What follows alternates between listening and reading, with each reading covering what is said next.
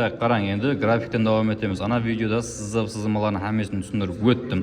Бірақ бір но деген жері сызылмада сызғанындай идеал болмайды базар. Сіздер базарда максимум һәм минимумды дұрыс тауымасаңыз, ұлыма қиналасыз. Соның үшін work. Әркімде практика істеуіңіз мәжбүрсіз. Демек қараң, сызып көрсетемін. Біздерде не бар? Максимум һәм минимумлар бар. Демек менде минимум нұқта бар.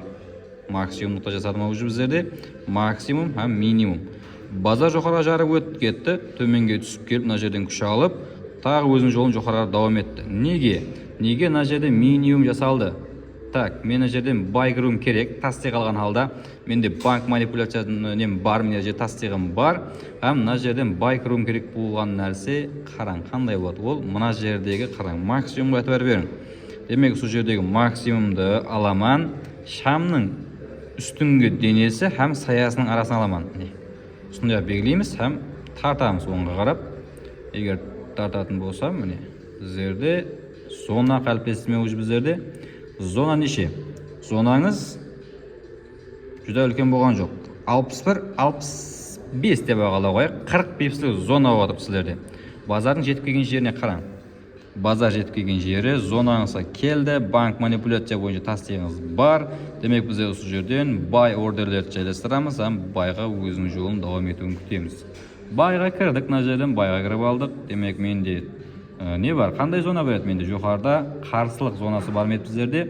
Қарсылық зонаға шеген бай кіресі дедім. Демек зонаның мына жерде болады, максимумда болады. Ондан сондай қылып, дене мен саяның аралығын аламан. Ұстақылыпты аламыз һәм не қыламыз? Келді базар максимумға шегем, яғни максимумдағы біздердің қарсылық зонаға шеген келді. Бай зонамыздан күш алды, максимумдағы қарсылық зонаға шегем жетіп келді. Жетіп келгеннен кейін импульспен жоғары жарып өтіп кеткені жоқ. Қараң көрсеңіз, зонаны жарылған жоқ, не қылды? Біздерге мына жерде банк манипуляция тастиғымыз бар, һәм базар селға қарап өзінің жолын давам етті. Демек, біздерде қандай болады? Селға кіру үшін тастиғын енді бүгін айтпаймын, кейінгі сабақ айтамын, қандай саудаға кіру керек, қай жерден стоп лосс қою керек, қай жерге тейк профит қою керек, әмесін енді сабақ айтып беремін, практика сабағыңызда. Бүгін теория сабағыңыз болады. Демек, біздер мына жерден бай кірген болсақ, құрдамға кіргеніміз жоқ, зонамыз қандай еді? Алдын бір мәрте қарсылық болған дәреже. Неге бұл жер қарсылық болды дейтін болсаңыз қараң. Оның шеп тарапына қараңыз, оның жауабы болады. Тартаман былай қарап. Не бар біздерде? Мына жерде алдын бір мәрте поддержка болған минимум нұқтаңыз бар сіздердің. Демек, минимум нұқтаңызға базар жетіп келген, мынадан жоғарыға импульспен шыққан, үстіден күш алып, төменге қарап лақтырып жіберген базар. Демек, қарсылық нұқтасынан базар төменге күш алған, бірақ өкінішке орай мына жерге екінші мәрте айланып келген уақытында оны жоғарыға жасылшам жарып өтіп кеткен, төменге, яғни селға тастиқ бермеген бұл жерден. Демек, бұл жерден кірмейміз, тастиқ бермесе. Жоғарыға шеген базар жетіп барды. Демек, бұл жерден базар селға қарап давам етті. Оның жауабы бар. Ол неге селға қарап давам етті? Демек, біздер оны білу үшін шепке қарап жүзінеміз. Шепте не бар? Шепте мына жерде қарсылық ететіндей бір зонамыз бар.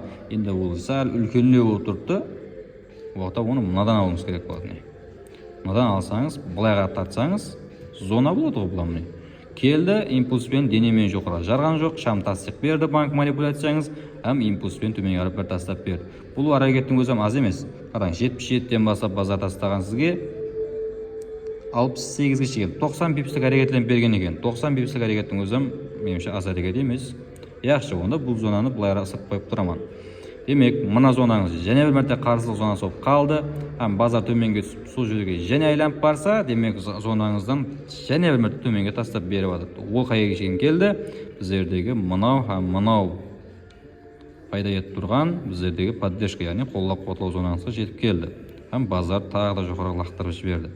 Мына қарсылығыңызға базар жетіп келді, банк манипуляцияңыз бар, және бір мәрте төменге тастап берді. Һәм уже мына жерден 1-2 сағатына шейін тейк профитіңізді алып базардан шықтыңыз. Енді базар жоғары қарасам, бұл жоғары жарып өтіп кетіп қалды.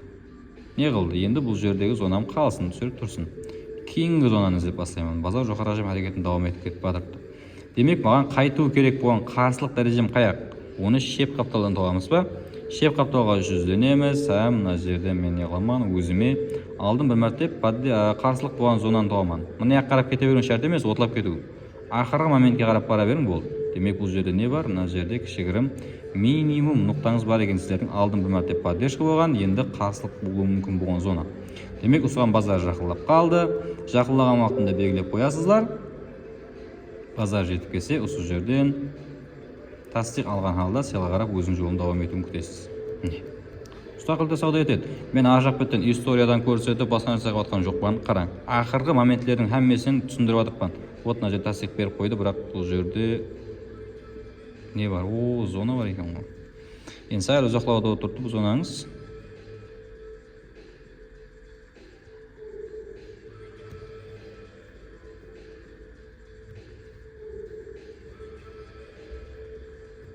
Егер күш алса, осы жерден төмен қарап бір түсіп беру керек. Ерер бірге бір немше соотношениеде. Банк манипуляция бар.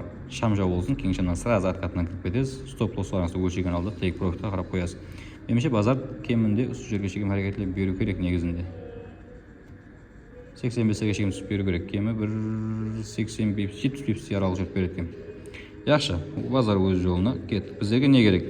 Біздерге жоғары беттен қайттан зона тауып кете береміз. Кеттім, историядан көрсетіп барамын астан-астан арман қарап. Так, біздерде бар.